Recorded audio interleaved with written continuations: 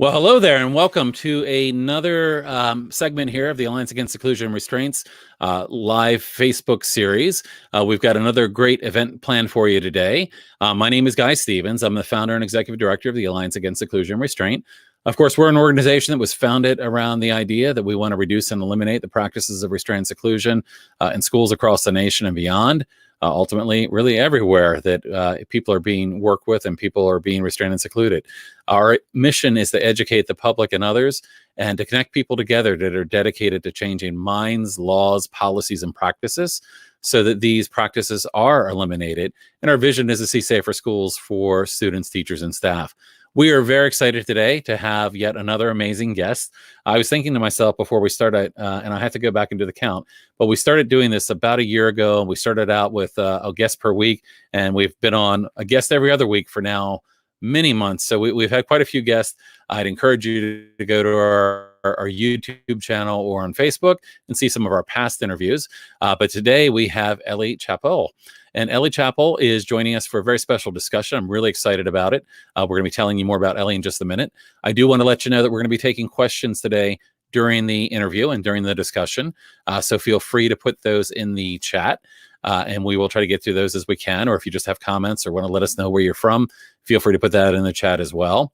One of the questions we get commonly is, are these sessions being recorded? The answer is absolutely. All of these are recorded. You can come back later and watch it on Facebook, on YouTube, and we even have it available as an audio podcast. So starting off today, to get us going here, I want to introduce you to my amazing co-host, Jennifer Litton-Tidd. Hey, Jennifer. Jennifer is a member of the Alliance here. She is our director of advocacy and does a lot of amazing things here at the Alliance. She's also a wife and a mother of 4 wonderful sons, of which 2 are autistic. And she's been into political advocacy work for quite some time, a 30-year political activist who makes the world more inclusive for more people. She also has ADHD and dyslexia, and she's lobbied on a state and federal level, organizing rallies, civil disobedience, committed to societal change, and still believes we live in a system where people have great power. So I'm really excited to have Jennifer here as our co-host today. Should be a lot of fun with our discussion. Jennifer, it's great to have you. Well, thank you. I'm glad to be here. And I get to introduce our guest who I've been excited to get to know. Elly graduated with honors in human resource management and the psychology of human communication. She has always been fascinated with human communication and behavior, both verbal and nonverbal.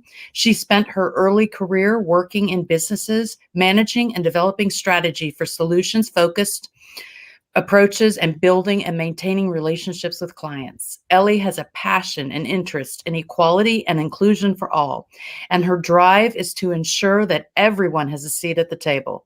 In 2014, when her eldest daughter lost her vision, Elly sold her business to come home and begin another journey. In 2019, she did her TEDx at Norwich, sharing their journey to Flip the Narrative, their movement rooted in humanity. And I'm so happy you're here, Elly.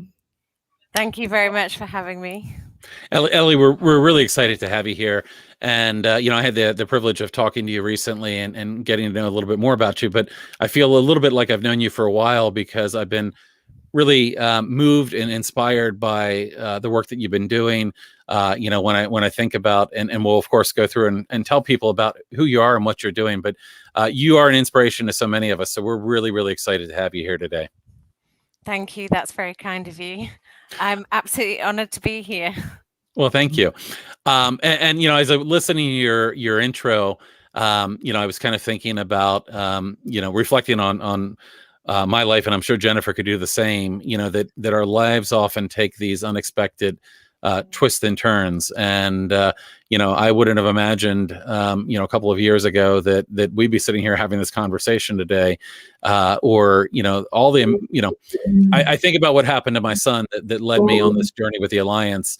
And, it's been a difficult journey. My son today is doing well, but it's been difficult. And, one of the things that helps with that is being able to find and connect with other people like you and Jennifer that are doing amazing things to truly change the world. So, you are very inspirational. I do want to kind of start off for people that might not be familiar with your TED Talk and kind of your journey, and see if you might be able to tell us a little bit more about, kind of how your journey began and, how you got to where you are now in terms of Flip the Narrative and the many things that you're doing. Yes, well, I think you said the word before, it was all very organic, nothing planned. Life throws you a curveball and you have to kind of go with it, don't you? And I think most of our children are teachers for us in so many ways. I think my daughter's taught me every single thing I know and drives me to learn more and connect with other people and find out more. I say it better in the TEDx, but really what happened to her was a huge shock. I had no idea that that was going on for my daughter, that, she was being restrained. And I think the idea of restraint for many people, they don't understand the word, they don't understand some of their actions are restrictive. And it's just kind of what you do with a child who isn't going to respond in the way you want or sit nicely at a desk for however many, what child can really? But, when you've got a child who's struggling to say, I can't do this, it becomes harder and harder. And obviously you're going to get a response. So it really shocked us. And obviously she was left in a devastating state. And it took a long time to come back from that. I often said I would, looking back at myself then, I was sitting, I might as well have sat on a bike in the corner of a room, an exercise bike, and just pedaled like fury, because that's all I felt was fury. And I just pedaled and pedaled. But I was kind of nicely parked in the corner of a room doing that, fizzing away, and I wasn't really doing anything effective. And it sort of came about. I woke up one day and I just thought, what am I doing here? I'm not going to change anything if I just stay mad and don't act. I need to look at why it happened. I need to understand what people don't understand, and I need to go and learn about it, and I need to try and share her perspective of the world. And the more we talked about it, the more we found many, many others who felt the same, and that we also felt that essentially our children are so missed in society and in terms of what they teach us and how they view the world, which to me is the most outstanding viewpoint. I mean, my daughter's world rocks, and I wish we were all in it all the time. I kind of want society to flip over to doing it their way, because it's much more human. And because she's such a kind, compassionate, forgiving, hugely empathic person, despite everything that's happened to her, she still gives people a chance. She still tries. That's amazing, because I don't know if I could do it had it happened to me. So I've learned a huge amount just by looking at that in a different light, and by listening to her. And by that, I mean, she talks to me, not just, she doesn't use words like we use them. She talks with her whole body and her sense of feeling, and she picks up on emotion in the room, and she knows who she likes and who she doesn't very quickly. And she's she's a straight talker. She's black and white. She's it's a yes or a no, and it's actually really refreshing.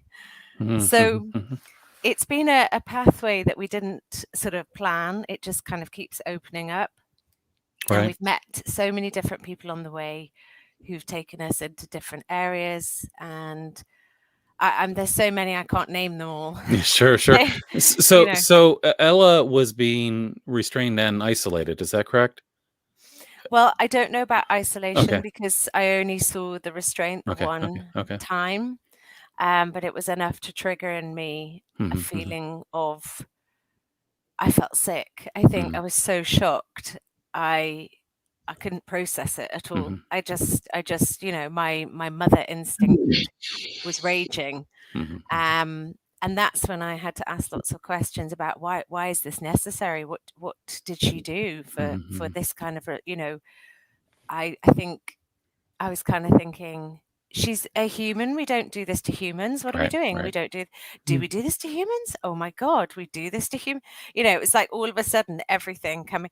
And I think for many people who don't have our experiences, they still can't grasp that it happens.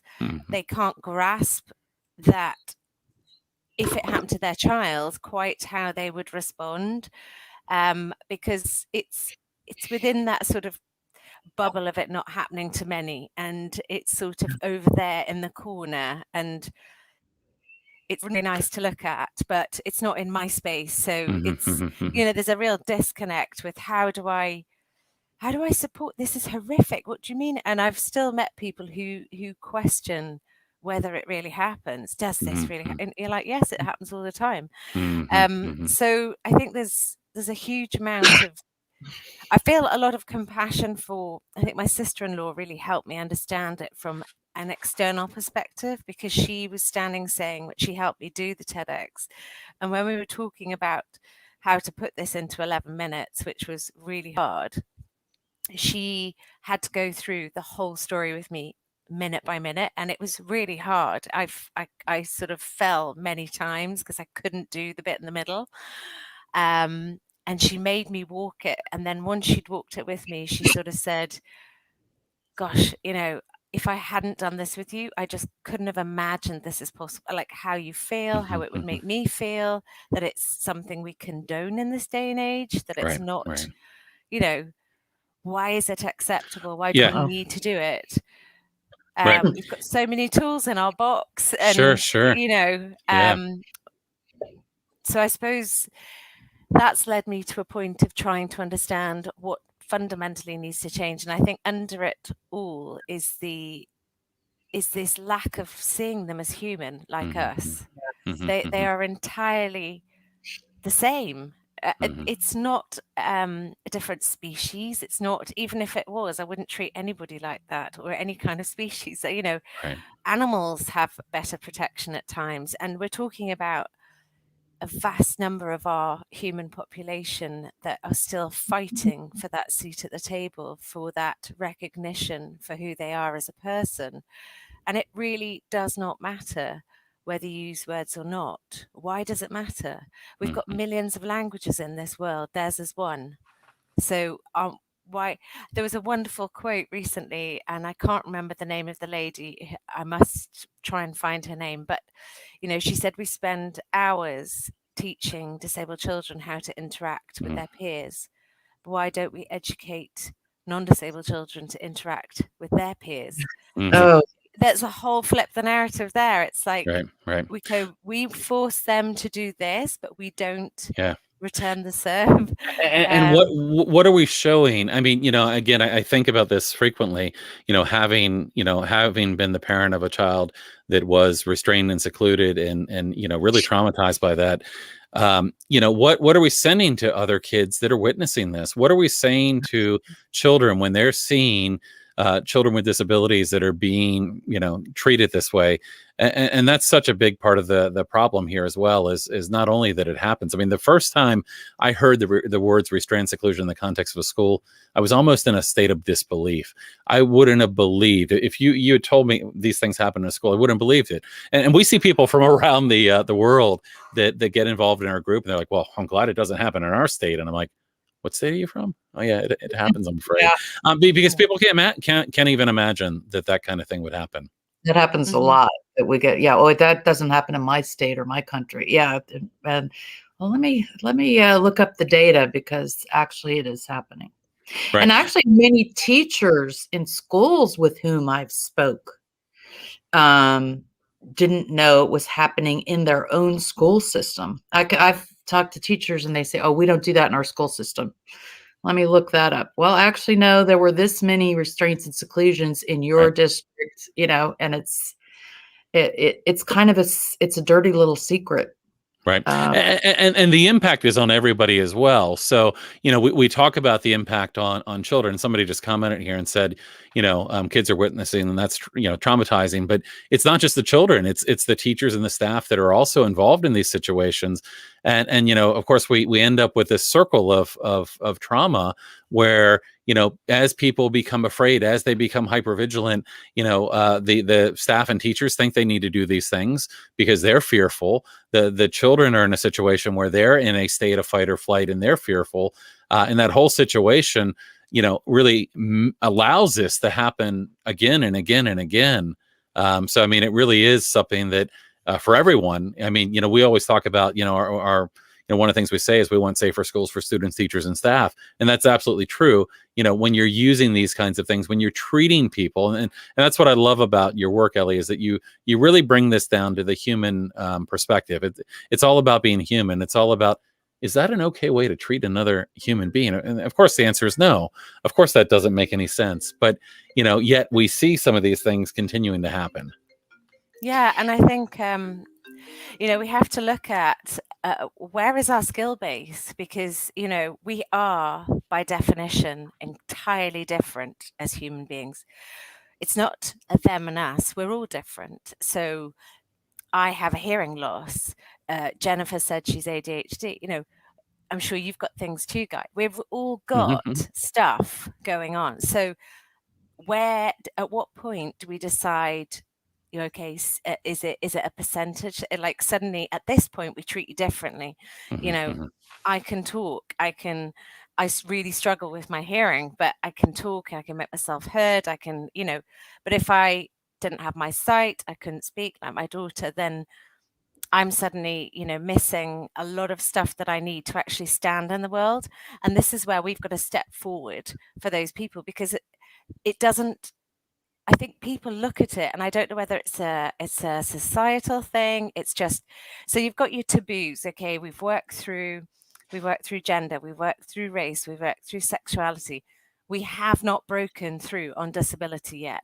It's the biggest taboo yet to go, and it needs to go, because this floodgate needs to open, because there are millions of these people. They're our people. There are going to be millions more. We were born diverse. We're meant to be diverse. It is a massive strength as a human to have diversity. We need it. We can't survive without it. If we were all the same, we would die out. Right. We're not going to succeed unless we have the diversity. And my daughter's taught me to look at the world in so many different ways. I've learned so much about myself, about my fellow humans, about compassion, about the fact she can forgive again and again and again, and she can still try, and she will still step forward, and she will still be. And I'm just looking at her going, God, how do I be like you? Because they teach us so much, but we are trained into thinking that their way is not, and we're just not making enough space. We've got to budge up. We have to let this in, because this is absolutely key to us being whole as, and our humanity. And in this day and age, it's heartbreaking to think that we are so far behind in our thinking sometimes. I mean, I love Mona Delahook's work, as you know, because she is challenging the science. She is saying, the way in which we respond does not fit or make sense. And the science says so. So why are we continuing to do it? Why do we, use narratives that give us an excuse? They give us an excuse for not getting better in our skills and ways of dealing with people. Why are we not learning how to communicate in sign? Why do we not understand nonverbal body language? Why do we not respect whether somebody likes to be touched or not, or whether they need to stim? Right. Why are we teaching them to modify their behavior when actually that's just the way they relax? We all do things. We twiddle with our pens. We do a million things that we can hide better, but we're all doing it. We all have behaviors. So when somebody's is more obvious and prominent, why do you need to judge it? Because it's part of them, and this is about us expanding our thinking and saying it's not an issue. That is a much better option than approaching them and trying to pin them down and put them into a state of stress when you are going to get a response. Because if you approach anybody like that, fight, flight, and freeze will kick in. And all of us would in our heads be screaming, there's a bear coming, run, you know? Right. That's what your body does. It's wired for it. So if you approach somebody, that's what's going to start. And then the cycle of trauma, as you say, is perpetuating out. And we are creating unnecessary levels of trauma across families, young children, siblings. You know, it's massive, the trauma, the wave of trauma, and it perpetuates out and keeps going, and it lasts a long time. So by not putting in the work early and us upskilling our understanding, our knowledge, our humanity, looking at it differently, saying, okay, we need to change the way we look at education. We need to change the way we look at how to make space in society for our fellow humans, because they have a right to be here as we do. It's just so simple. And we can't keep drumming up the narratives that it's too difficult and it's this. And it's like, well, there's a million things in this world that are difficult, okay? But we've advanced technologically, we've advanced economically. So why can't we advance in terms of our humanity? I don't get it. It's not an excuse. It's not good enough. You know, we have to say, this is totally possible. Everything else we solve. Why is this so difficult for us? And I mean, there's a million sort of different conversations under that broad statement. Sure. But, you know, there's a lot of simplicity there too. Jennifer, you look like you had a question, so wanted to. Well, I'm not sure it's a question. I'm just going to respond to what she said. I was thinking about being dyslexic and not being able to read. And back when I was young, because I'm old, they didn't have IEPs and pull out and everything else. You were just mocked and you had to find a way to muscle through. Now they would pull the children who struggle to read, which is 1 in 5, into a self-contained classroom, out, instead of, there's a proven way to teach reading called Orton Gillingham that most children can learn to read. You could actually keep all the dyslexic children in the classroom instead of, I just see so much with this separating out everything. We've got to put them in here. We've got to put them in a different school. We've got to put them in a self-contained classroom. And there are maybe some that need that, but there are a lot of, I guess my question is, how do you know about universal design for learning, and how do you feel about that? Where I know a bit. I have followed Shelley Moore quite a lot, and you know, tweets some more. I don't know if you know her on Twitter, and she wrote One Without the Other. So yes, and there's a lady in the UK, Adele Morgan, who talks about UDL quite a lot. In essence, I get the principle. I would say that we do need to make it universal. We're going to have to, I mean, it sounds enormous, and there's a lot of people going to say, this is impossible. She's talking the impossible. Okay, there is nothing that is not possible if there's enough will behind it. I know that. I've walked this path. I'm telling you, as you well both know, the impossible is possible. It's how much will you put behind it, and how much the human collective is willing to step up and say, it's time, it's now, and we need to do it. Okay, so with everything else, we find a solution for it. If there's money to be made, we find a solution, right? This is about life. This is about saying enough. This is about saying these people deserve to have that seat at the table. You know what? I would give mine up for them, because they are worthy of it. So we all have to say that we're willing to do it. And then a collective hive mind can come together and sort out how it fits very quickly. What we seem to get tied up and arguing about is how much it costs, how much time it takes. It's not right for me. The fact that we don't have the patience, you know, there is a certain type of person I've learned with my daughter who can cope with working with my daughter. You need patience in droves. You need to slow right down. You need to accept her for who she is. You need to decide that you can actually walk each day. You can take a bad day with a good day, and you can come back again. And eventually, if they stay, the relationship they form with her, they get as much from her as she does from them. And they learn so much about themselves because of the way they have to be with her, which is actually really good for all of us, because we're going way too fast. And the pandemic, if nothing, has taught us that this grey space that we're in, which our children, young people, families have lived in for years, by the way. We've lived with restrictions for years. We have experienced this for years. The whole world is now going through a snapshot of what it's like to be different, because actually these restrictions are aplenty in your life, with or without a pandemic. So you kind of know how to do this. You're skilled up for it. You get it. So I think with my daughter, she's really made us focus on who are the right people that she needs. But also I need to come back to the point. For me, it's really important that we get the point that, I mean, Andy McDonnell said, I know he's been on the show as well, but one thing he said that really stuck with me is, if we are part of the problem, we are part of the solution. This is on us. It's not on them. You know, this is not about who they are. They have a right to be who they are. This is about us, our brains, accepting that we need to expand and we've got to make room. And I just think otherwise we will continue to forge down a path which is inhuman, outdated, archaic, and we know there are many other ways of supporting these people and enabling them to have the life they deserve. And it's just about time that taboo broke, because we've supported every other type of human. This human now needs our support. This type of human who is just one of us, who's just different. That's it. It's not. I just don't know what the big deal is, but I live in it. I live with it. I am used to it. And I get that sometimes people are just saying it's just too big to, I get that. I really do. And maybe I'm making it too simple, but I think it's not as complicated as people think sometimes. Yeah, no, I would say that's very true. It's not as complicated as people think.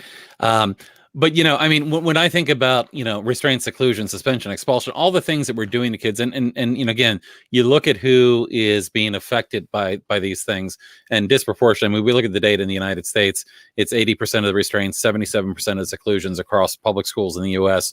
are children with disabilities. Our prisons are full of children with disabilities, are full of Black and brown children here in the United States. We definitely are not supporting people appropriately. And when I talk to a parent, or I, talk to others that I know that have had these experiences, every time I hear the story of a child that has ended up being restrained and secluded, what I see is a child that's not being appropriately accommodated, or having expectations put on them that not only are they not capable of meeting, but it's probably not even ethical to ask them to meet. If you have stimming behaviors that are helping you, then, asking you to not do those things, or having the expectation that everybody has to live by a neurotypical mold, those kinds of things are still very prevalent. I remember in my son's IEP today, I can't believe it was in there, but for a long time, there was something about always looking at the front of, always looking forward at the teacher or something like that, which is very difficult for him. Why on earth would we spend our time and energy trying to have people comply? And it's that whole mindset of compliance over, and not to quote Lori DeSantis here, but compliance over connection, compliance over compassion, compliance over all these other things that we should be doing, and we've all heard it. We've all heard we don't have time. We'd have to do training. We don't have the budget. A lot of the science behind the things that you're talking about, the things that we're talking about, it's not science from yesterday. I mean, we've had some of these things since the 90s that we know we can be doing better. We learned more about the brain in the 90s, the decade of the brain, than the preceding history of life before that. And we know the impacts of trauma, and we know that kids are being re-traumatized. So the question is, how do we get there? And like you said, I know it's hard. Change is hard. Change of institutions, whether we're talking about schools or any kind of facilities, is hard. There's a culture that gets built. People have a mindset, and those things can be really hard to change. But I will say, from a hopeful note, that individuals can make tremendous change when they look in the mirror and they change themselves. Just having a single teacher in a classroom can change the outcome for numerous children. Even if your school doesn't have the budget or the time or the resources, if you make that decision, you read a couple books like Mona Delahook or Ross Green or Professor McDonald, you get some different ideas. You can have a tremendous impact. And that's, I think, part of the frustration is that we look at this as the easy part, because having been through this, I mean, I worked through some of this with our local school system in helping to impact change, and we did, and we saw really positive progress from that. It's absolutely possible. We can absolutely do these things. But how do we get there? And part of it's us too. And this is I'm going to get to a question here, so listen to me babble for a second. But I look at what you've done. And, I think about Jennifer. I think about all the people that are part of our community and part of our team that have been put through very difficult experiences, that have had their children harmed. And it's hard to move from pain and anger to how do we affect change in a system? How do we impact change? And you have, I mean, you've been so inspiring in your work in doing this, of moving past that and into doing something. What is your advice for a parent, a teacher, a self-advocate, somebody that has been impacted severely by whether it be restraint or seclusion or any other kind of mistreatment? How do you get there? How do you get to turn that pain into something and make a difference? I think it's really important that you find your tribe. You need to have your friends, your connections that who maybe experience something difficult. You need to find the spaces where you can go and actually say privately what you think, how you feel, how it's affected you. I think you need to find your brave and your courage. You need to remember your why. And for me, my why was Ella. And as much as I was hurting, I couldn't imagine how she was feeling. And I'm her mum, and I've got to stand up for her. I have to stand in front. And so I wasn't allowed in the end, I wasn't allowing myself to stay there for very long, because I could see that she was moving forward and she was getting on with things. And I was stuck being angry and mad. And at the end of the day, she didn't need that from me. She needed me to be brave and courageous and stand and say what I believed in for her. And that attracted other people who were showing up, and okay, maybe not in this context, but Brené Brown talks a lot about the courage and, showing up. And when you talk about trauma, there's a huge amount of shame. We experience a level of shame, and our children do, that is beyond understanding for anyone else. To be made to feel that who you are is not acceptable, and as a parent, that your views about that are not acceptable, is shaming. It's entirely shaming, and it's wrong. And that just re-traumatizes. But within that, you have the power to turn the conversation around. You have the power to say, regardless of what you think, this is what I stand for, this is what I believe in. And there are millions of us. And at some point, we will all connect together. This will gel. This will come together. And the stuff we're talking about now will be in the box with corporal punishment and everything else, because it will not be happening anymore. That day's coming. I agree. And we're ahead of the curve here. We're on that tidal wave of change. And it is coming, because there are too many people now standing and speaking about the things that used to be said behind closed doors. And that's not happening anymore, because people are finding they're brave. We have to be brave. We have to be courageous. We have to stand together. And we also have to be willing to take the knocks when they come, because there will be times when people will knock you down. And you've got to get back up, because at the end of the day, my why needs me to stand up for her. Your whys need you. And there are a million whys out there that need all of us, because they may not have somebody in their life who can do that. And this is why the collective is so important. And it's so important that people from every walk of life take a moment to remember that, we talk about disability or difference and things like that. Well, 80% of disability is acquired at working age. So at any point in our lives, whatever happens to one of us, and we need reasonable adjustments. What if you lose your voice? What if you have a stroke? What's going to happen to you when you're in hospital and your behavior is difficult? How are you? It doesn't just affect one type of person. It can affect all of us. It does affect all of us. The the situations that happen with our children leave lifelong imprints for everybody connected, but you can heal from it. I don't know if you ever forget it, but you can heal from it.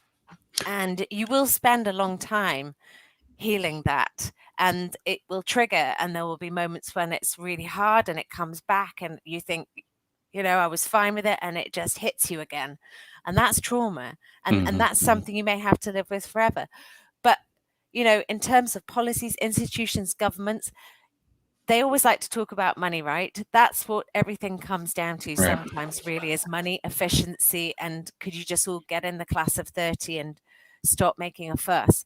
Well, it's really simple. My maths is terrible, but even I can work out that if you don't spend the money in the right places at the right time, like early on, and giving the right support for the children to learn in the way that they can achieve, then you are going to spend a fortune by the time they're an adult, because by then the damage is done. By then the services are triple. By then you've got 4-to-1, 5-to-1. You're looking at crisis situations that cost millions. And yet, if we were in at the beginning and we're doing it with relational support and we're doing it humanly, then maths isn't an issue, because, we've got it, we're investing at the wrong end as well. We're promoting positive growth of profit in an area that shouldn't even have profit. We shouldn't need it. It should be obsolete. And we should be putting it in at the front end, supporting our children and families from a young age, when they need the help, when they red flag it and say, something's going on here, I don't know how to cope with it, I need some help. There are so many tools now that we have that would prevent us getting anywhere near to the damage that we've all experienced. And that's the beauty of us evolving. And it's coming through so much. I mean, there's a lot more work to do, but, the fact that the books by Mona, by Andy, by Ross Green, Laurie, there's so much more literature now. People in their droves are talking about relational approaches and talking about human approaches rather than, forcing compliance on people, which none of us would like. If I was had it forced on me, you would definitely see my behavior change. Right. But I could shout. I could actually verbalize, I'm not having this. But when you can't, but mentally it affects everybody. Mental health. It's just, it doesn't make sense. It's a nonsense. It doesn't make sense. It doesn't fit with everything else in our world that has advanced so much. Yeah, it's crazy.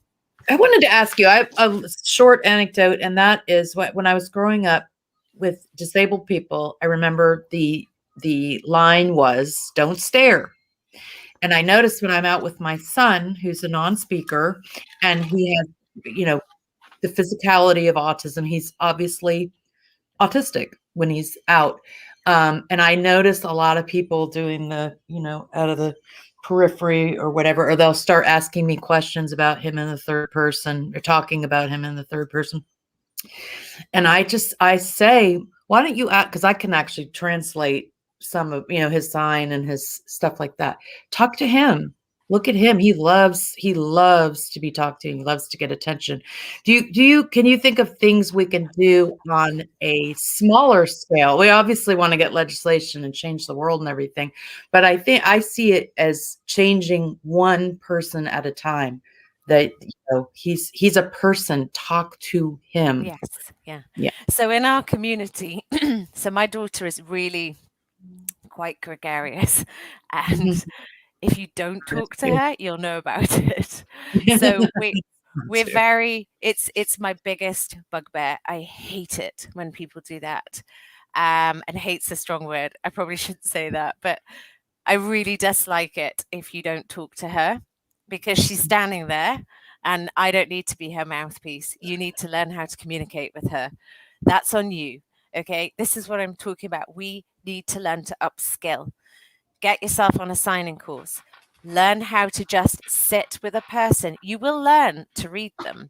If you spend time with people and you really relax and you allow them to observe you and you to observe them, it's like that shoeness of the shoe. You will learn about the ness of the person. Who are they? What do they do when they're not feeling good? What do they do when they're feeling happy? you pick it up really quickly. It's about taking the time to actually spend the time with them and not thinking, I just can't do this. That's so defeatist. Yes, you can. Of course you can. You know, my daughter will make you sit there and she will actually take your hands.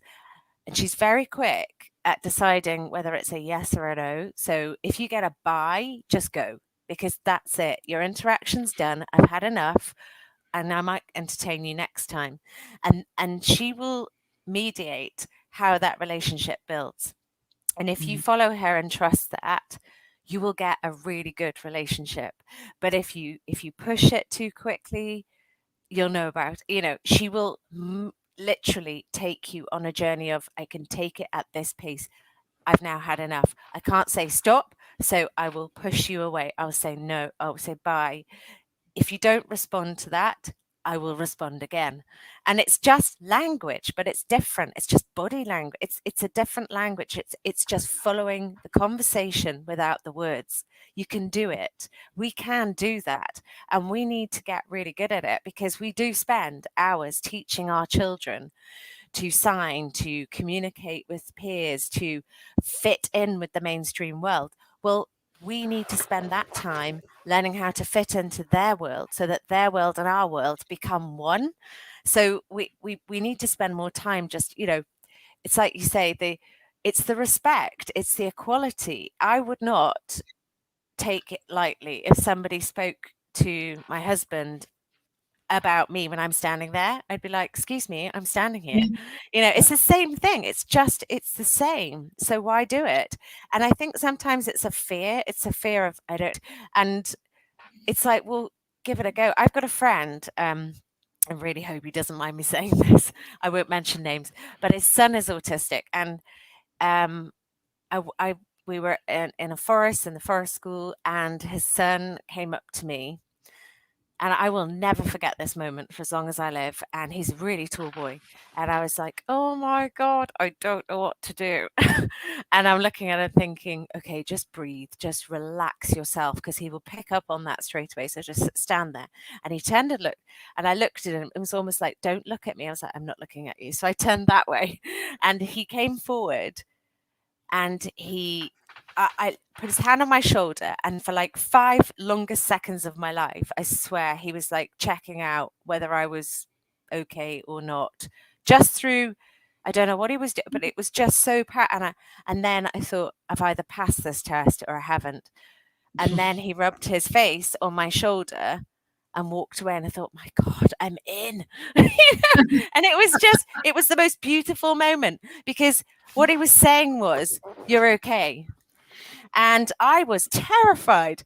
And I was like, this is ridiculous. I know how to communicate with Ella. But I thought, I need to do this and learn as well. And it's about stepping out of your comfort zone and walking with someone, for them to have a conversation with you in their language, and for you to be okay with it and not be fearful or put your assumptions and judgment on them by saying and leading. Sometimes you just need to let them open it up, and sometimes it'll be that tiny snippet, and then next time you might get a bit more, and we can't force it, because it'll come as and when and if the trust builds, the relationship will be very strong. So I do think there's so many small things we can do, but really it starts with just looking at how we build relationships, and how we would feel if somebody was doing that to us. Would it feel, somebody's written dignity? Yeah. Would it feel dignified? If somebody treated you in the way we sometimes treat them? No, it wouldn't. So we need to always remember dignity, respect, kindness, compassion. You're dealing with another person who's just the same as you, has the same feelings, can be as hurt as easily as you can. Yeah, I mean, really just ignore, don't scare. Yeah. And I like that you're saying, no, actually engage, do look, because there's nothing, there may be moving differently, but that's so cool. What? Yeah. So awesome. what? That's an interesting. It doesn't matter. Yeah. I know. I don't know why we get so, it's our fear. It's our fear. It all comes back to our mindset. The fact that we are not quite open enough. We aren't expanded enough in our thinking to say that's okay, because it is okay. If they're not, Yeah. you know, what harm is that causing? Yeah. I don't care. Happy camper, I'm and, you know, and you know, to have the courage to do that publicly, sometimes I wish I did, because I was yeah, like, sometimes I like to break into, and I just think my daughter doesn't really care who's in the space. She'll do what she needs to do, and she breaks into dance in the middle of, and I think, this is fantastic. Like, I would love to have the confidence to do this. And, you know, she magnetizes people because we are relaxed with it, because we're saying, oh, well done, this is fantastic. And then people are drawn to it because it's beautiful, it's human, it's what we are, we're being expressive, that's all. You know, we're communicating in whatever way, shape or form. I suppose in one way, I feel very lucky that my parents brought me up to be broad-minded, to be, I don't have a thing about how people, I'm always more curious, I suppose, being curious than getting anxious or cross about it, just thinking, well, what have I missed? You know, what have I missed? What have I not got? There's something I need to, I think it's all about putting it, we've really got to take a lot of responsibility here, because we are not stepping up enough. They step up all the time. They've got a world that doesn't yet allow them in fully, and they're stepping up as much as they can. So it's really down to us to step up and learn the language and make the space and think about the very small things, like you say, that are so powerful. Because when somebody sees your child and smiles at you, you're like, thank you for the acceptance. Just thank you. It doesn't even have to be anything big. It's just that human acceptance, and you just think, you just made my day, you made her day. It's so much more relaxed rather than the judgment. We don't need the judgment. Yeah. Well, and that happens, you know, we of course commonly talk about what happens in the school environment. And, you know, you mentioned so many things here that all kind of weave together. But, you know, in the school environment, there is a lot of judgment. So, you know, children that are having a difficult time and not having their needs well met, that then evolves into behavior, which is communication, which people don't want to listen to. Suddenly parents are being blamed for all the things that are being seen and not listened to in what the child's trying to communicate. So parents are very commonly kind of targeted by, oh, well, it must be the parents, or you know, they're not doing a good job. So how often, I mean, our parents, you know, are they targeted? Are they gaslighted? I mean, you know, we have parents that are, you know, told that we've got to do these things, we've got to restrain and seclude. And of course, they're in situations where the school staff is you know, the experts, and you've got a room full of experts telling you that we need to use these, you know, I think one of our commenters said barbaric a minute ago, but quite barbaric practices on kids.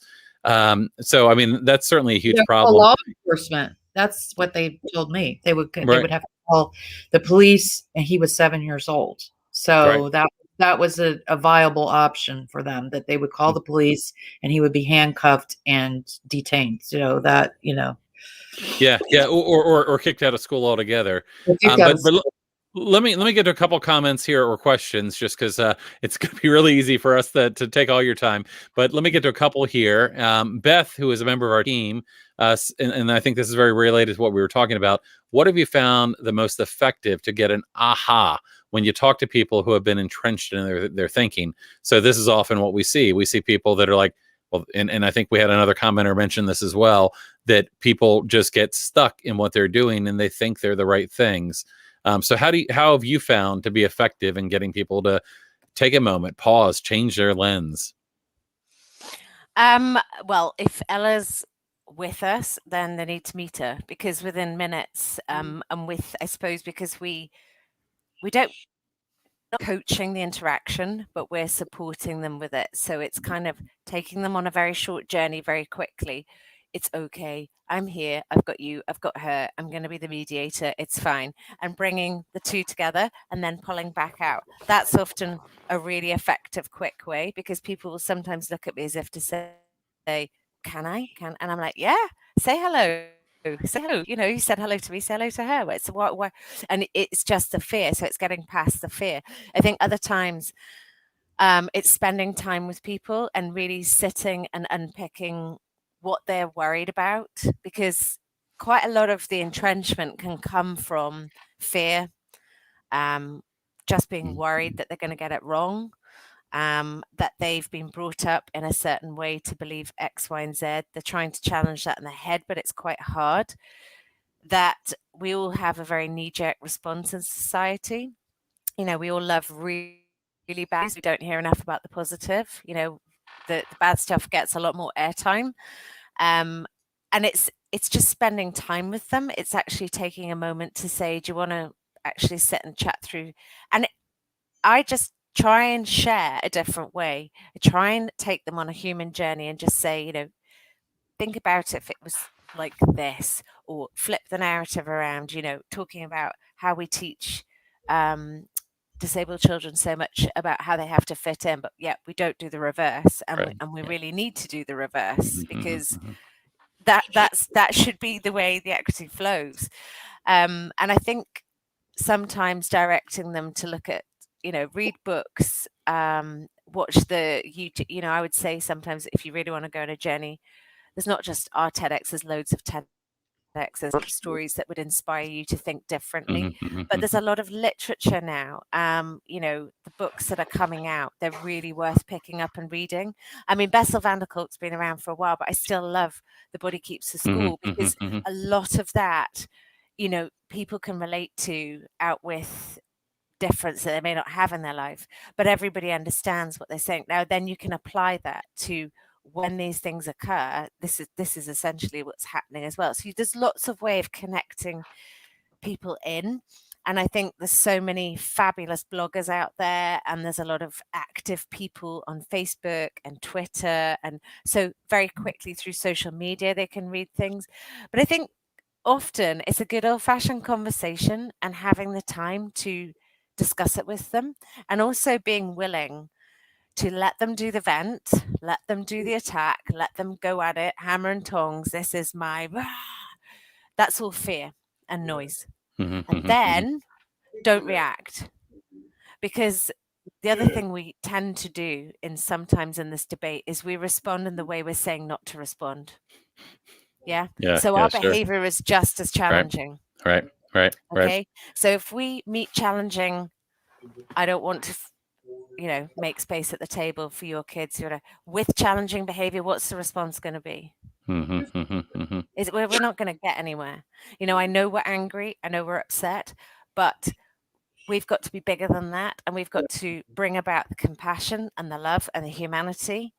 And that takes longer, and it's often harder, but I think it's more powerful. You know, I have been the really angry person. I didn't like myself very much, and it stressed me out.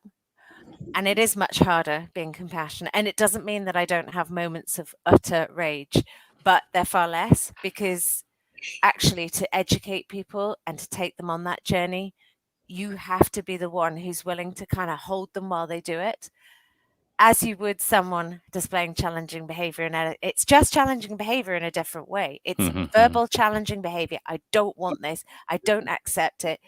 This is why I have to do it. Rah, rah, rah. There's so much aggression there. It's not a pacifist, compassionate route we're talking about. We're talking about holding children or pinning, you know, that doesn't leave you feeling good afterwards. It can't. It cannot leave you feeling good. So in a way, we need to sort of work with them in the way we would work with somebody who's expressing distress. I think. Right. Yeah. And I think you're right, and certainly you can make a difference on a level of working with individuals. You know, I guess one of the challenges that I see is that systems are so resistant to change. So, you know, when you have a school system or even an individual school, there's been indoctrination of different practices that are thought to be best practices, and probably are not only not best practices, they actually are something the problems behind what's causing some of the behaviors. So, you know, if I think about kind of the lens of behaviorism and how people are looking at children in schools and thinking that all behavior is a matter of choice, that are thinking that, kids are being, they're attention seeking, they're, avoiding, they're, looking at simple functions of behavior and not realizing, you mentioned the work of Monodella Hook, but the many things beneath the surface of the iceberg, the trauma, the background, whatever it may be. So, I agree with you. I mean, and I think that, we have more luck changing an individual when we take time to listen, and listening is really important. I've come to learn that on my journey as well, because you can have all the right answers and you can have different ideas, but if you don't take the time to listen to somebody else's perspective, you may not be able to help them change. But to me, it's there's a big problem out there on that bigger level, and I think you're right. I was in a hearing yesterday, and one of the delegates said, these things are going to be banned. They're eventually going to be like corporal punishment. Those exact words that you used earlier. Delegate in the Maryland General Assembly was saying those same things, and I think that having more people coming together, that's why the alliance was formed. It was like, let's bring people together. We want them to know that they're not alone and that they can influence change. But it is tough. Changing systems is tough. But I think that, coming together, like you said, being listening, being sharing stories. I mean, that's the beauty of having you here today, and being able to share your journey. Is that when we share our journeys, we sometimes inspire other people, and Exactly. your work is just amazing. You only need to inspire, or you only need one person to step up. You don't know where the ripple goes. It can become a tidal wave. This is the thing. We don't need it to be that every system changes tomorrow. Right. It needs to come from the people, and it needs to go back to, we're talking about our fellow human beings, okay? Right. They deserve to be in this world. This stuff is going to be outdated very shortly. It will not be around. And the reason for that also is that the power of relationships and how we treat one another as humans is really important. And during this pandemic, we've had more time than ever to really examine that and to look at the ways we've missed each other. We are restricted. We can't be together. It's affected everybody. So it's the perfect time to step forward with more of that. It's really simple human. We've forgotten how to be human sometimes. We've forgotten that means everybody, not just some of us. And if you see someone in the street who is having a hard time, who's or whatever, step forward for them, step up. Don't tolerate blatant sort of discrimination or inequality, or, don't walk past. Be the one to say, I'm not going to walk by. I'm going to stand with you, buddy, because you need me right now.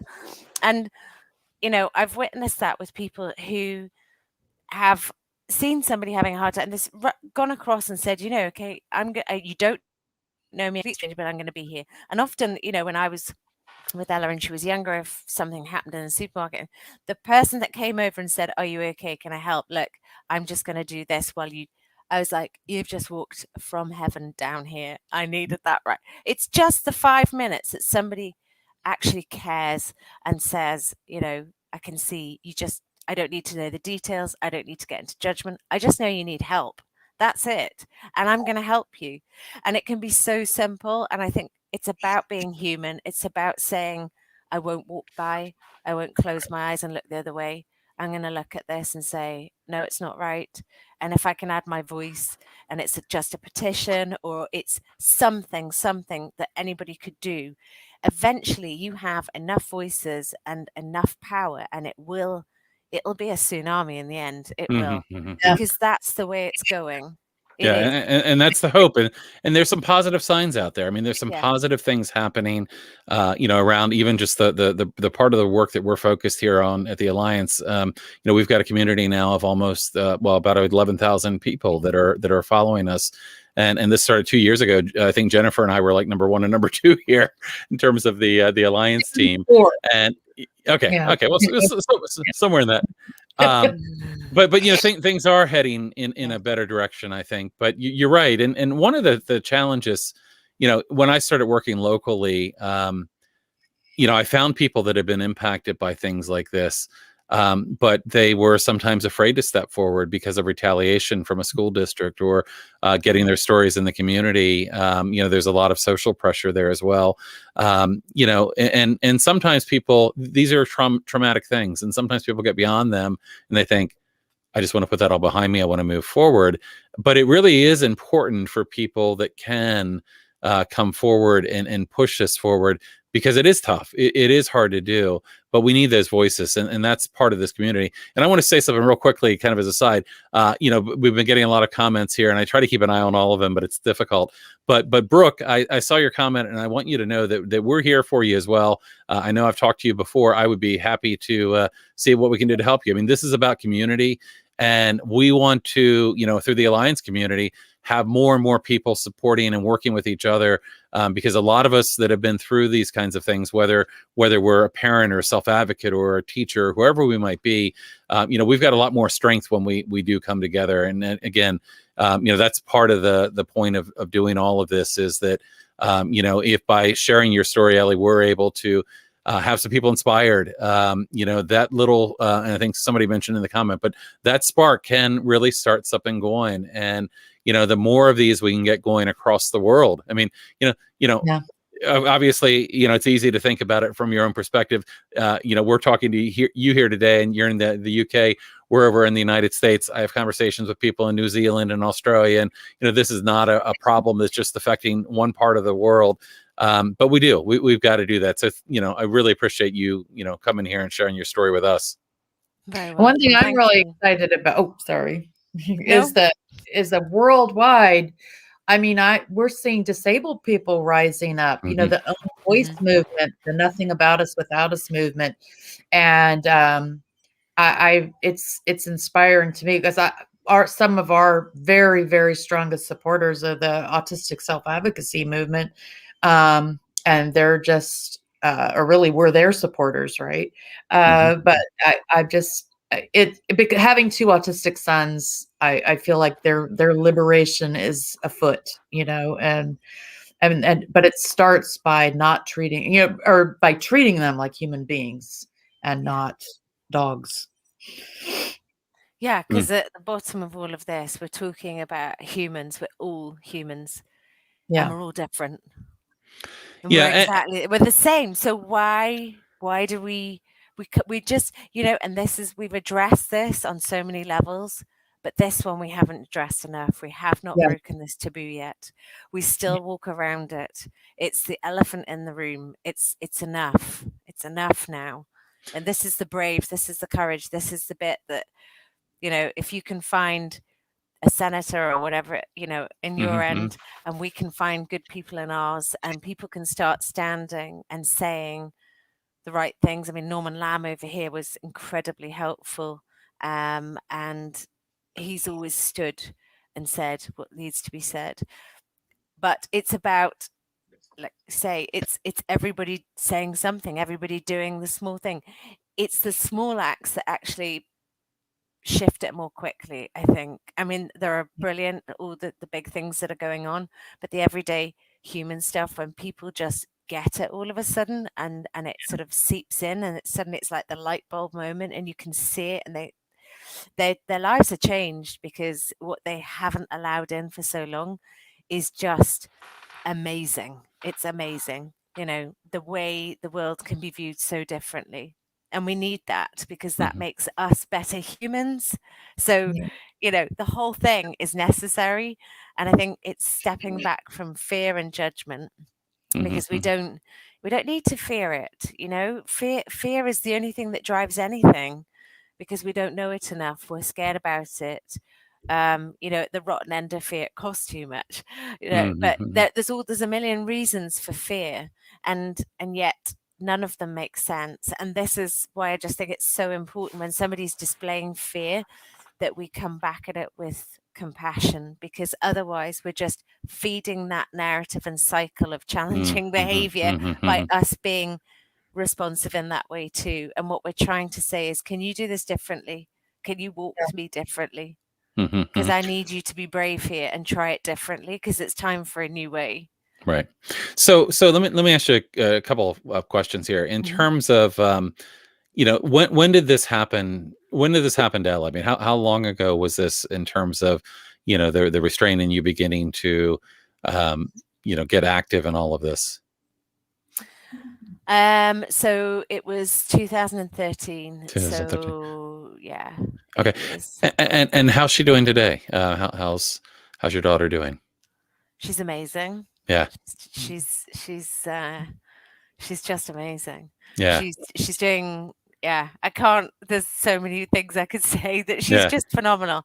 She is a powerful, change-making, magnetizing, wonderful human.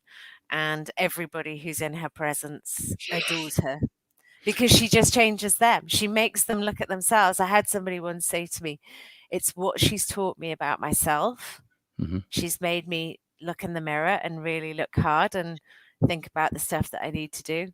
And she said, she just makes you look at yourself differently, and she makes you brave. She makes you step up and out of the box and think about it differently. Yeah. Mm-hmm, mm-hmm. So what does she enjoy these days? What kind of things does she enjoy doing? Yeah.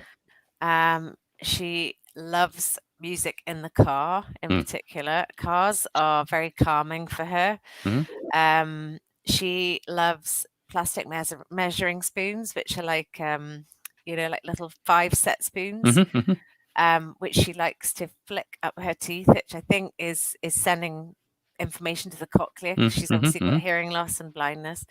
So she has amazing strategies for her own regulation, and she loves people.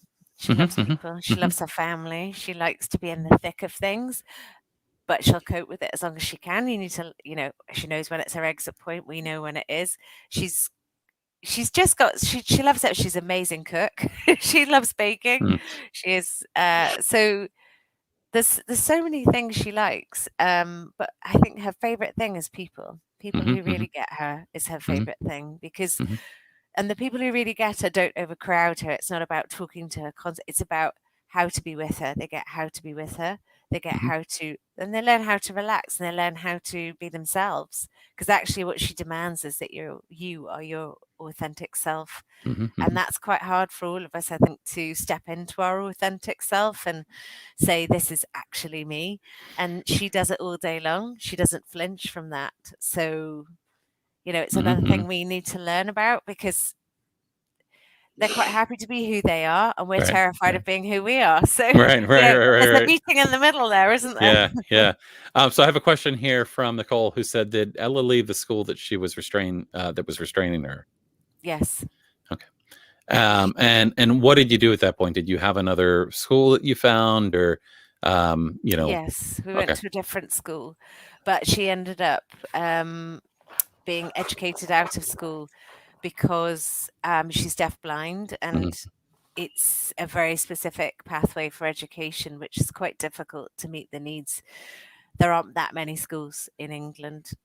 So what worked for her was the flexibility of schooling from home, so that she could have the breaks when she needed it. She has some health issues and mobility issues. So, it's about balancing the day. So she can't commit to a standard, 9 till 3:30, because it's not going to work for her. So she needs the flexibility. Sure. So I would argue meet the probably needs of the most kids person. do. You're doing person-centered education then, aren't you? Which is like to maximize on it and optimize it and to get the best out of it for her. It needs to be able to do this, to be honest, and then that, because it is never like this. Sure. And I think the linear is just like, why are we so linear? It's not. We're not linear. Humans are not linear. No. Well, we try to force everybody into the things that aren't probably natural. The straight line, it doesn't work. So talking about you today, I know from talking to you before that you do some teaching. You mentioned that you've worked with Professor McDonnell. What kind of things are you doing now? Are you involved now with Studio 3 and some of their work as well? So I did do various bits and pieces with Professor McDonnell and Gareth Morwood, who's their education advisor. and I'm going to be doing the Studio 3 Ambassador course. So hopefully that means you'll be seeing more of me. Okay. And I'll be linking up with one of my buddies, I hope, doing that. Gotcha. Yeah, we have a few people that might be doing that as well. So yes, we're excited about that. Yeah. Is low arousal something that you, I mean, are you, you're familiar with a program, and is it something that you've found that you've used, or is it? Yeah, I totally. It's a human approach. Right. It's about what Mona talks about, and Laurie. It links it all together. So essentially, you're coming from the perspective that you're the biggest part of the issue sometimes, and it's accepting that we are not getting it right, not that it's their problem, it's ours. So what's wrong with the environment? Are we stressing them out? Are we calm? If we're stressed, then actually get out the way, because a stressed person does not need another stressed person. A stressed person needs a calm person. And so it's about being reflective about your own state. And if you are up a height and anxious, you're basically pouring oil onto the fire. So just go away, get some air, calm, get some debriefing, whatever you need, and let somebody else step in who is much lower in their arousal state, and they can meet that person who is heightened here. So you start to bring it down, and that's essentially, it's trust-based, it's relational-based, it's about not making the situation worse by threatening, being threatening when somebody is distressed. You will just get a negative response. I mean, that's just science. It's bonkers to think otherwise. So, if we're going to approach somebody who's in distress, we need to be calm, we need to be reassuring, we need to be kind, we need to think very quickly on our feet, we need to be looking at the environment. First thing I do when I go into a room, or if Ella gets distressed, is I cut all the sensory input, lights, everything. The lot goes off, move people out of the way, get it calm, bring it down, and then I start using our strategies for calming first. And that's like, we use humming. She loves the Om sound, which is a yoga sound. And we have various things that I've done ever since she's really small, but I've followed her when she's asked me to do it. And usually if we act fast enough, we can bring it back. But I think it's about how well you know the person and how much you're willing to wait it out. Just like be there, right. Don't abandon. I'm not sure I would entirely agree with, my daughter wouldn't cope with us just walking away. You need to be able to judge the dust and just like, I'm here if you need me. I will stay out the way if you don't. That's fine. I just want you to know you're not on your own.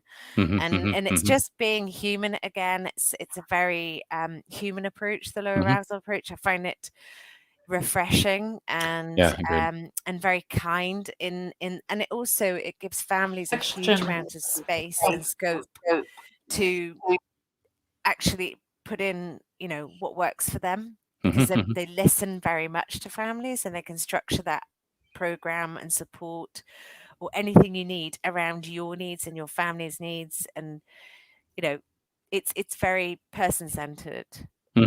Yeah, no, I agree. And there's what a difference it makes when you stop projecting the problem all on the child. It's all the child's fault, to realizing there are things that we can do to within ourselves to lower the temperature of a situation, to help a child that's having a difficult time, rather than perceive that they're there just to give you a hard time.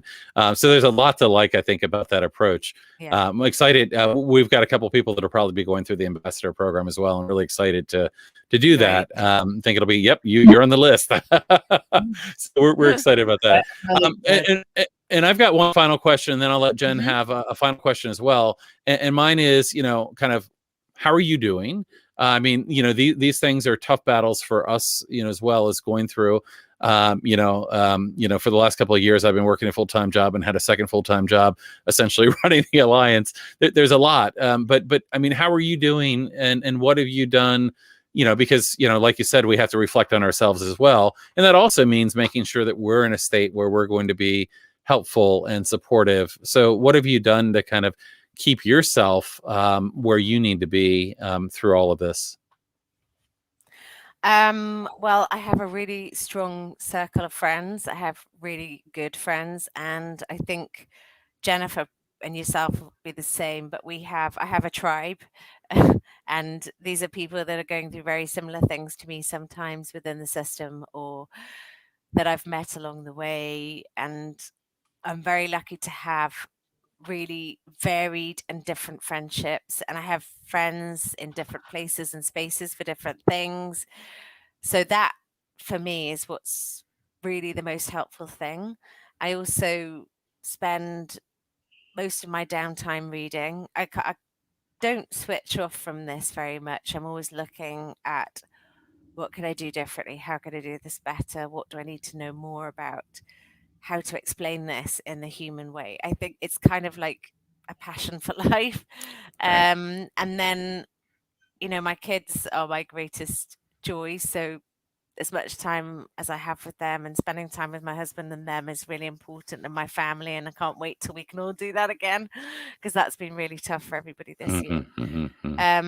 So yeah, I read a lot. I find I usually have 3 books on the go. Like, I like to go between, and I kind of read one bit, and then I read another bit, and then I read another bit, and then I want to write something.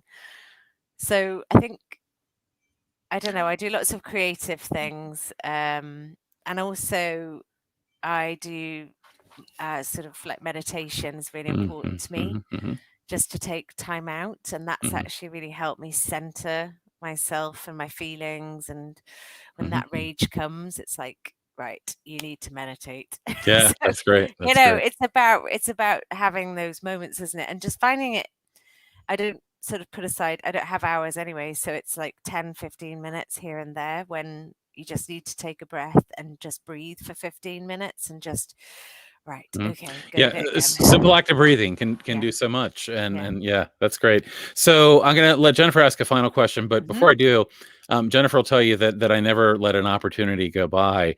And I heard you talking about liking to write, and I was just going to tell you, if you ever would like to write an article for our website, we're always looking for people to share stories. And I mean, this has been such a great opportunity to talk to you today, but I appreciate it, and definitely want to continue to talk to you. And you mentioned kind of finding people that you connect with. That's been one of the, for me, has been one of the really amazing things that's come out of an otherwise kind of bad situation in terms of what happened to our family. But connecting with all the people that we have through the Alliance and with each other, just having somebody that understands what you've been through and is there to support and fight with you too, to try to make a difference. Jennifer, do you have any final questions? I don't. I just love, I love your message of humanizing. I think, and I said this recently in an interview, I think restraint exists because the pain of those being restrained doesn't matter, and that seclusion exists because their suffering doesn't matter. And we have to get to a point where their pain and suffering does matter, and we can hear them. And you just inspire me so much all the time. I wish I didn't. I don't have a question. I'm just emphatically agreeing with you in all that you're about. It's very inspiring for me. As are you, Jennifer. Thank you. Absolutely. Well, thank you so much for taking time to join us today. I know that you are in a different time zone, and I appreciate you working with us. It's heading on 9 o'clock, I guess, there. Thank you so much for taking time out of your evening. Where might people follow you or connect with you, or are there places that they might follow the Flip the Narrative? My biggest space is probably on Twitter. Okay. So it's just, I think I might be Elly_Chapple. Okay. On Twitter, but if you Google Flip the Narrative, you'll see me. Okay. And then Facebook, it's mainly quotes. I haven't really done any writing for a while. And I've got a website, candoella.com. You can read our previous work, writing, catch up on the TEDx. Yeah, we're on YouTube for that. But okay, great. Yeah, we have a few more things coming this year. So eventually I'll finish this book that I've been writing for like 3 years. So that will come eventually, and I'll make sure you know when it does. Fantastic. And we'll plan to have you back and talk some more. And again, it's great to have allies like you out there, and anything we can do to support what you're doing, let us know. And very much, thank you so much. It's been a pleasure. So I'm going to let you both go, and I've got a couple announcements here, but thank you again, Elly. Thank you, Jennifer. Thank you, Guy. Thank you, Jennifer. Thanks. Okay, and as promised, I just have a couple of quick announcements. I hope everybody enjoyed the program today. What an amazing time talking to Elly. And, I hope that people are feeling inspired and realizing that, that you can make a difference, that we can all do things to impact change. And again, the invitation is out there. If we can help support the things that you're doing, we're always happy to try to help anybody that's trying to affect change. So we'll be back again in 2 weeks, as always. I was excited as I was thinking about today and thinking, who's coming up next? Because it's hard to keep track all the time. We have Victoria Johnson, who will be joining us next time. Victoria is an amazing advocate in North Dakota. She's going to be talking about, how she has been supporting families and youth to become self-advocates for their own families, and talking about change, the changes she's been making there in North Dakota. So, want to again thank everybody for joining us today. It was great to have you all here and all your questions and comments, and we look forward to seeing you again soon. Thanks. Bye-bye.